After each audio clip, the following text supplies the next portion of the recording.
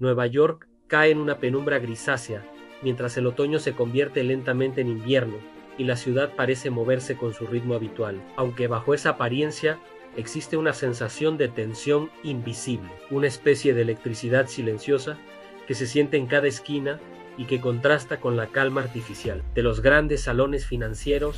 que alguna vez fueron el reino indiscutido de Jesse Livermore, un hombre que no solo interpretó el mercado, sino que lo moldeó con su audacia, su visión y su capacidad casi sobrenatural para anticipar el futuro, aunque también con las heridas internas que nunca supo cerrar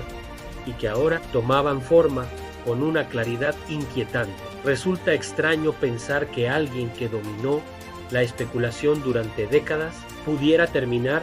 enfrentándose a una sensación de desconcierto tan profunda, pero la vida de Livermore siempre fue un terreno lleno de contrastes, un territorio emocional volátil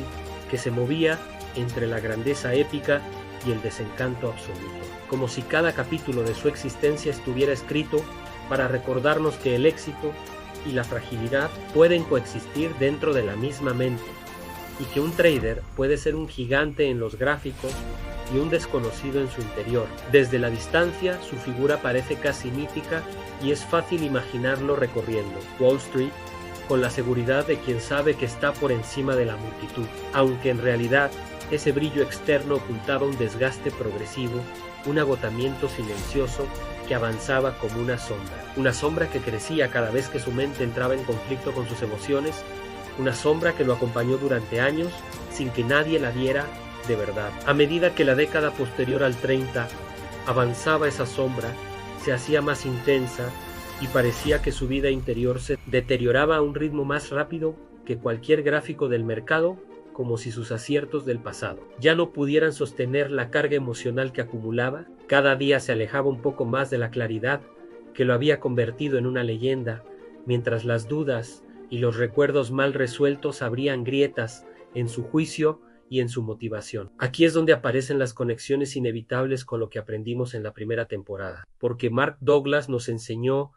que un trader puede dominar las técnicas, pero si su mente no está alineada con la realidad psicológica del riesgo, entonces no importa cuán talentoso sea, pues el mercado terminará exponiendo aquello que uno no quiere mirar. Esta verdad es especialmente evidente en la historia de Livermore, quien sabía todo lo que debía hacer y aún así comenzaba a romper sus propias reglas, como si una fuerza invisible lo empujara a actuar contra sí mismo. Su problema no era técnico, era emocional, y esto es lo más inquietante, porque un trader puede perder dinero y recuperarlo, pero cuando pierde su estructura mental, cada decisión se convierte en una amenaza y cada jornada se transforma en un juicio personal, porque ya no opera el mercado, opera su herida, su miedo y su necesidad desesperada de demostrar que todavía es el mismo que una vez desafió al mundo entero. Esta lucha interna se volvió más intensa con los años, y lo que antes era un desafío inspirador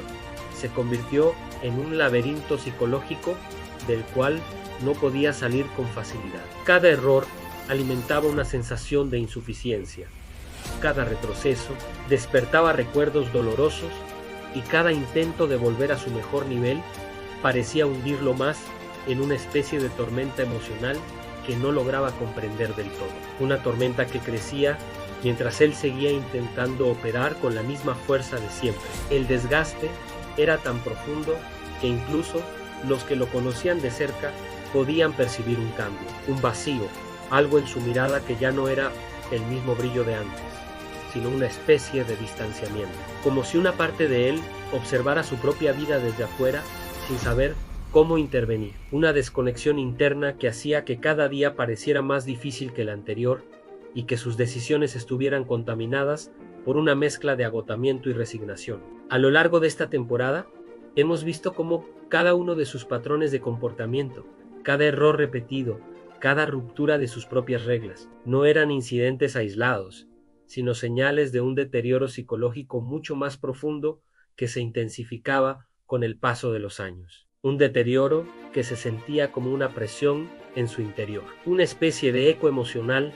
que no dejaba de recordarle que había perdido algo esencial en algún punto de su camino. Y es aquí donde llegamos al punto más espeluznante de toda la historia, el aspecto que no aparece en los libros de análisis técnico ni en los relatos tradicionales sobre grandes traders, el elemento que incomoda porque revela una verdad que muchos quieren ignorar. La verdad de que un trader no está luchando contra el mercado, está luchando contra sí mismo, y cuando pierde esa batalla interna, el resto de su vida comienza a desmoronarse en silencio. Livermore no se vio derrotado por la volatilidad, ni por una tendencia inesperada, ni por una operación mal calculada. Se vio derrotado por la acumulación de emociones no resueltas, por la tensión de años, por el desgaste progresivo que se instala cuando uno opera con una mente cansada y una identidad quebrada. Y lo más inquietante de todo es que había señales claras, señales que hoy un trader moderno puede reconocer si está atento, señales como la pérdida gradual de paciencia, la búsqueda constante de validación, la incapacidad de desconectarse emocionalmente después de una pérdida, la obsesión compulsiva por recuperar un estado de poder que ya no existe. Cada uno de estos síntomas apareció en su vida y todos fueron ignorados, no porque no pudiera verlos, sino porque se acostumbró a la presión, porque creyó que la fuerza mental que había tenido siempre estaría ahí para rescatarlo, aunque dentro de él la estructura ya comenzaba a desmoronarse. Y ese desmoronamiento lo llevaba cada vez a decisiones más impulsivas, más emocionales, más desconectadas del método que lo había convertido en el operador más respetado de su época. Este episodio no busca retratar tragedias explícitas, sino mostrar el peso psicológico que un trader puede acumular cuando su mundo interior se vuelve más caótico que cualquier mercado bajista, un peso que Livermore cargó durante años hasta que su mente simplemente dejó de encontrar claridad y lo que antes era un juego de probabilidades se convirtió en un escenario donde solo había confusión, presión y un cansancio emocional imposible de describir. Lo perturbador es que, en retrospectiva, pareciera que Livermore no estaba luchando contra el mercado, sino contra una versión de sí mismo que había crecido en silencio, una versión que se alimentaba de sus dudas, de sus errores pasados, de su necesidad de demostrar que aún era el mismo prodigio capaz de doblar al mercado, aunque en su interior ya no existía esa convicción firme que lo acompañó en sus mejores años. Y aquí es donde la enseñanza se vuelve poderosa, porque no se trata de juzgarlo, sino de aprender de la evidencia que dejó con su historia. Evidencia que conecta directamente con lo que Douglas enseñó en la primera temporada, porque Douglas explicó que un trader no pierde por falta de técnica, pierde porque no sabe manejar sus emociones, pierde porque toma decisiones desde el miedo, desde el ego, desde la necesidad de validación. Y todas esas fuerzas estaban presentes en la vida de Livermore, cada una empujándolo a decisiones que alejaban la claridad operativa y alimentaban la tormenta interior que lo consumía. Este episodio es el cierre perfecto porque muestra que la mente es el campo de batalla real, y entender esto es lo que conecta la primera y la segunda temporada, porque la historia de Livermore valida con una precisión casi inquietante cada principio que vimos antes y demuestra por qué la psicología del trading no es una teoría, sino la base que sostiene todo lo que ocurre en una operación financiera. Ahora, la pregunta inevitable es, ¿cómo evitar este destino? ¿Cómo construir una mente capaz de enfrentar el riesgo sin desmoronarse? ¿Cómo operar desde la claridad y no desde el dolor? ¿Cómo transformar una mente que reacciona de forma impulsiva en una mente que decide con profesionalismo? La respuesta está en lo que viene a continuación,